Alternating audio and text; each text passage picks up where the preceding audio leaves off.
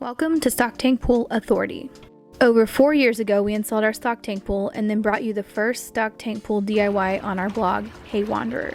Since then, we have built decks, benches, tried out new products, created stock tank pool stickers, and installed numerous stock tank pools for people all over the South and Southeast.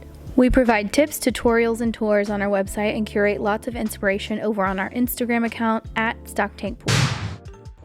Okay guys, we are at a house installing a pump today, and I figured I'd do an updated video on how to install your pump and also what pieces we are using. First of all, we have the kit that we talked about. We have a YouTube video about this. So I'll need that. I'll need this extra piece, another plunger valve. Okay, Casey's going to get the drill because it's not in our kit. But anyway, the first thing that we're going to do is we're going to measure where the outlets are going to go. So let me show you how I do that. Okay, so basically I just line up, you don't want this to overlap this ridge on the inside. So I kind of just use my Sharpie to get an estimate to make sure it's not going to do that. And then we're just going to take the Sharpie and make a dot right in the middle. So I just put an X over that dot. So first we're going to drill with our drill bit. All right, and now I have our 2 3/4 inch drill bit, and we're going to drill the hole. Sometimes when it doesn't cut through all the way, you can just make this go back and forth, but make sure we're wearing gloves because this is hot. You can also just keep drilling and put pressure on that side, but this also works because we have a metal filer, so this helps kind of get rid of all the scraggly things. Filing this hole, I wouldn't say is 100% necessary. That's kind of a preference thing because once you put the outlets on, it's going to be permanent, and the only thing you would ever change is maybe your pump. So if you don't have one of these or you don't feel like using it, don't do it. This outlet actually sometimes comes longer. Right now we're going to use the shorter one, so I'm going to show you how to use this, and I'll tell you something about this in a second. But either way, it comes with these 2 rubber gaskets and this hard plastic. You don't need that, and we're just going to take these off for now and take the nut off. And we're going to take silicone. If you have sensitivity to silicone, put gloves on, but this is easier to me. And we're just going to put a little bead around the edge here.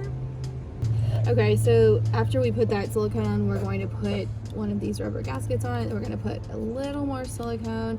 This is just ensuring that you don't have any leaks, and I highly recommend doing this. This tube costs like $3 and you won't even use the whole thing. All right, and then this one, get through the hole. And then we are going to put one more gasket on, and then we're going to screw this back on. Okay, now that we have that top outlet installed, we're going to do the bottom the exact same way.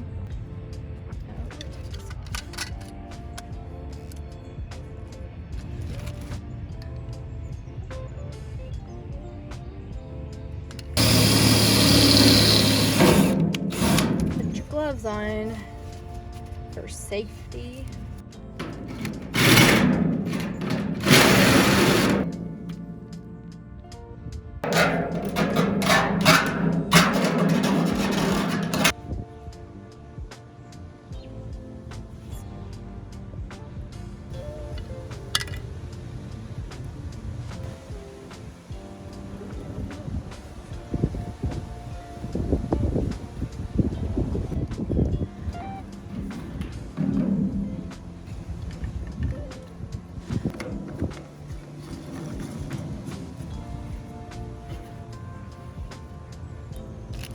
This piece that comes in the kit is what goes right in this hole, because if you leave that open, the water's going to leak out.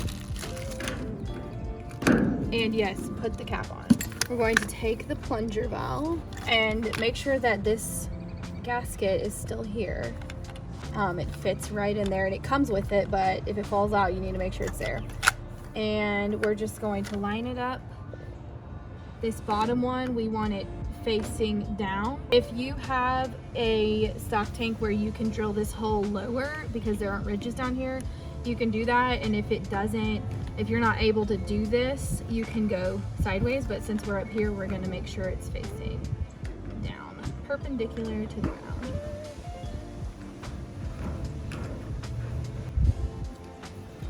And if this loosens up here, just kind of hold and tighten. Also, do not over tighten this. If you do, it will bust at the seams and you will have a leak and you'll have to get a new one. So just tighten it like as tight as you can with your hands, and don't try really hard, just hand tight.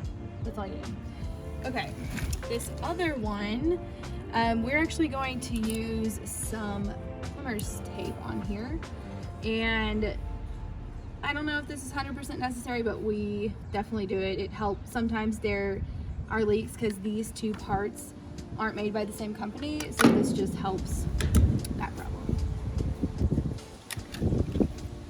Also, we have another washer that we are putting inside of here. So there's the gasket in here, and then we have a washer to go on top of that because we just need a little more thickness.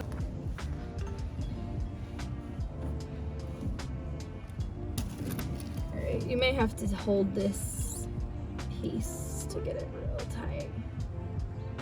And then you can just retighten this. So if it goes like this, that's gonna be a leak. If this kind of slides around, like, let me show you, see how it just kind of moves a little bit? If this part moves and this dark gray part doesn't move, that's a problem. But if they move together, most of the time it's just because of the silicone. So the silicone will slip around until it cures, and it will cure. So if that is happening, just make sure this light gray part is not moving separate from the dark gray part. If it is, you probably need to tighten or add more tape or any of these things. Now we are going to attach the hoses. Because this is an Intex piece and this is a best way piece, the fit is so tight. So you may think this isn't gonna work, but it does. And if you're stronger than me, it's easier for you.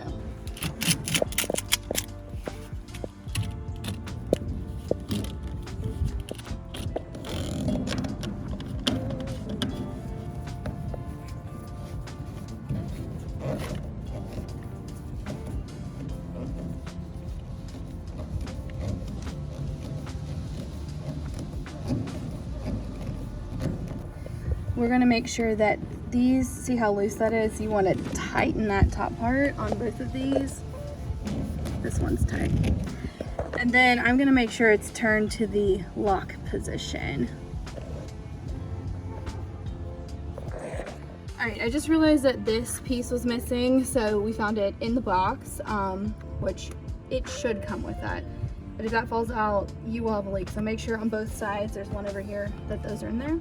And then we're gonna attach the hoses. So there's a spot here and a spot here for a hose. And the rule of thumb is the higher outlet, that hose goes to the lower connection, and then the lower outlet goes to the higher connection.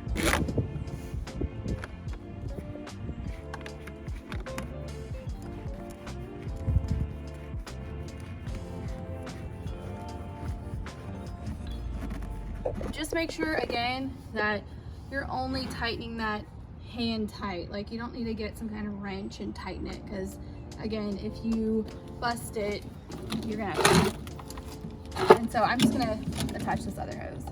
Okay, so we have it all set up. This pump has a filter already in it, so everything is ready. Casey's cleaning out the metal shards right now. Yeah, you can wipe them out, or vacuuming is way easier. And now we are going to fill this up, and then once the water gets right above this outlet, you can actually test your pump. We have to go do another installation, so once we get back, it may be full, but we will check for leaks and tighten whatever we need to when we get back. We've got some low pressure water filling this up, so this will take a while. And this is a 9 foot, so should be good to go when we get back from our other installation. Okay, when we came back, this had some water dripping down, you can see. And all we did was really tighten that really tight, and it stopped leaking. So if you come back back and anything has a little drip, just tighten it. Okay, the first thing we're gonna do to make sure the pump's working is turn the lower outlet to the unlock position. And then we'll do the top one, and it should be this. Wait till that stops doing that.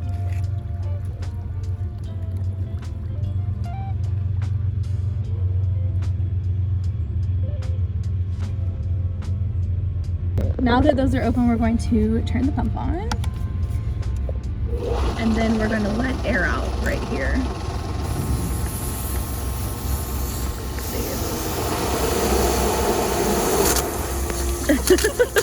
Oh my god. Okay, and close it when the thing starts flying out. Alright, so we have completed this stock tank pool. You can see this pump is so strong that the water is just moving everywhere, which is good. You want that. Do not do this, guys. You don't want to plug this into an extension cord. This is just for testing, and this person is getting an outlet installed right here so they can go straight into the GFCI, but do not plug it into an extension cord for long term. All right, guys, the pool pump is installed and the stock tank pool is ready to go. One thing to note is that you can use the tutorial for almost any pump. The only thing that you would need to change is the connection from your hose to the plunger valve. Most pool pumps have only 2 different sizes of hoses. There's a 1.25 inch hose and a 1.5 inch hose. So either of those can work, and we have another video, and it's shows you how to install the 1000, which has a 1.25 inch hose. So if you have a pump that has that hose, you should watch that video, and that's how you would set your pump up. But basically everything else, you just switch out the pump and everything else is connected the same.